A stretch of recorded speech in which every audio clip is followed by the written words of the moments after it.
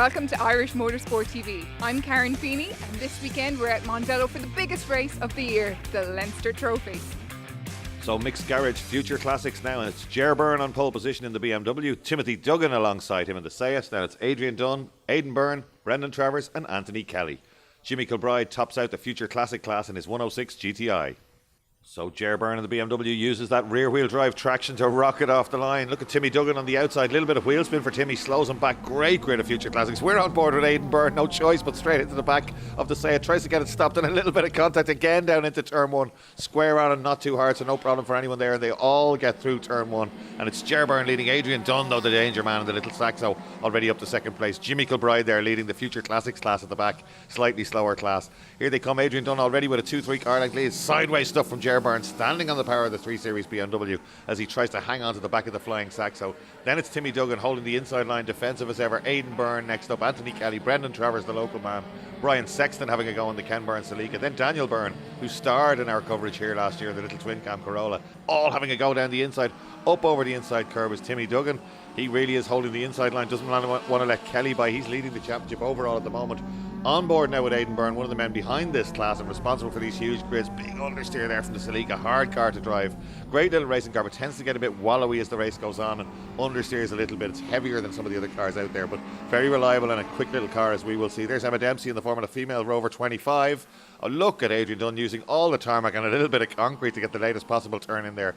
Anthony Kelly it is now down the inside. Sideways stuff from Brian Sexton as he tries to get round the outside of Brendan Travers there, but Travers holds him off in the little Punto Abarth. Brendan Travers going nicely on his return to motorsport. He used to run a team, BT Racing. Aidan Byrne has a look round the outside, tries to switch back to the inside. Can he get it done? I think he can. Indeed he can. He gets alongside Timmy Duggan, and nothing Timmy Duggan could do. A little bit too defensive perhaps on the entry to that corner, and set up beautifully by Aidan Byrne, down to second now in the Celica. And Aidan Byrne having a real go now. Kelly having to hold the inside line, or the centre of the track indeed, to hold back the Celica. But Aidan Byrne, years of experience as you can see, goes wide and then lets the car run right out to get a run on the exit. He should be quicker now. Well, the car may be a little bit quicker, but with that run out of the corner, but he's not. He has to tuck back in behind the Civic. Kelly looking in the mirror to keep him covered. Big lock up from one of the Punto Abarths down the inside there. Gary Duggan just holding on to that place. Dermody in there too. And look at that contact in front. That's Jimmy Kilbride and Kevin Cahill coming together. Let's have another look at that. Just getting tangled on the exit there and way up in the air for Kilbride, but the car doesn't actually go over and he's absolutely fine. But that, I think, will probably bring out the red flags here. Pat Lucey going by in the little 1400 Punto, and Kevin Cahill's car undamaged, but the same can't be said for that Kilbride 106, and he's been leading the championship. Red flags are out. Good stuff from the officials there. And we're going to get a restart straight away, and BYRNE very keen to get away and try and get across the bows of Adrian Dunn, but the pace of Adrian Dunn's car, as we saw, is huge. Pat Lucey making up a place, getting by that beautiful Vectra at the back there. Dunn comes down with a good lead already, gets on the brakes, turns in, no problem. Sideways stuff, a little bit of contact there. Daniel Byrne, Trevor Kinsella, and Pat Lucey locks up and straight in. Big damage to the front of Pat Lucey's car. We're on board with Trevor Kinsella, the car getting shaken around and bouncing now. And just a little bit of contact. 5 into 1 won't go. I don't think that was anybody's fault really. On board with Pat Lucey now, and he's going around the outside. Oh, just nowhere to go for Pat. And straight in there. Brendan Travers down the inside, a little bit of contact. Beautifully held by BYRNE on the outside there. Armful of opposite lock for the XV racer. And Timmy Duggan gets his chance and blasts down the outside of both of these guys on the way into the S's. Travers flicks the car in the back, let's go. This is classic stuff. Travers back down the inside, takes the place back from Duggan, and already all over the back of the BMW. So BYRNE looking in his mirrors and can see practically a whole grid of cars. Look at Kelly, a clean run off the corner, drives by Duggan, drives by Travers, going to try and drive by the outside. The flags are waving though. I think the safety car, and that will surely turn to a red flag because that's a big shunt down at turn one. The BMW Ireland safety car now with the lights off, peels off, and that's the signal for the future classics class to go back racing. Adrian Dunn again right out to the outside, turns in already with a 4 or 5 car length gap to BYRNE. Then it's Anthony Kelly, Timmy Duggan, Brendan Travers trailing his rear bumper.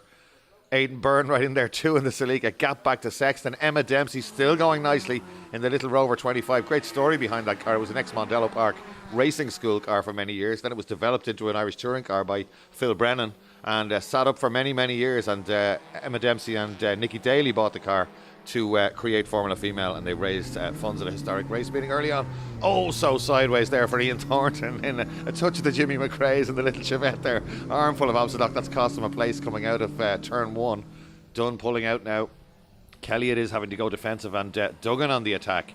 Timmy Duggan leading the championship. He's got great power in this car, and he seems to be the master of strategy in these races as well. There is, of course, a barrier time very wide for Adrian Dunn there. Didn't get into the apex, very unlike him.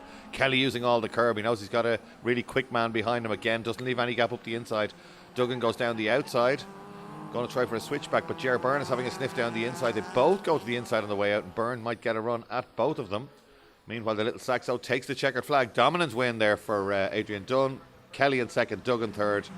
Unsurprisingly, though, Adrian Dunn just a little bit too quick, as he said. Too much development on the car, and he's broken the barrier time, as indeed has Anthony Kelly on a number of occasions. So Timmy Duggan gets the win officially from Brian Sexton, Daniel Byrne, Adrian Dunn in fourth. Paul Flanagan takes the Future Classics class just ahead of the Puma of Phil Lawless.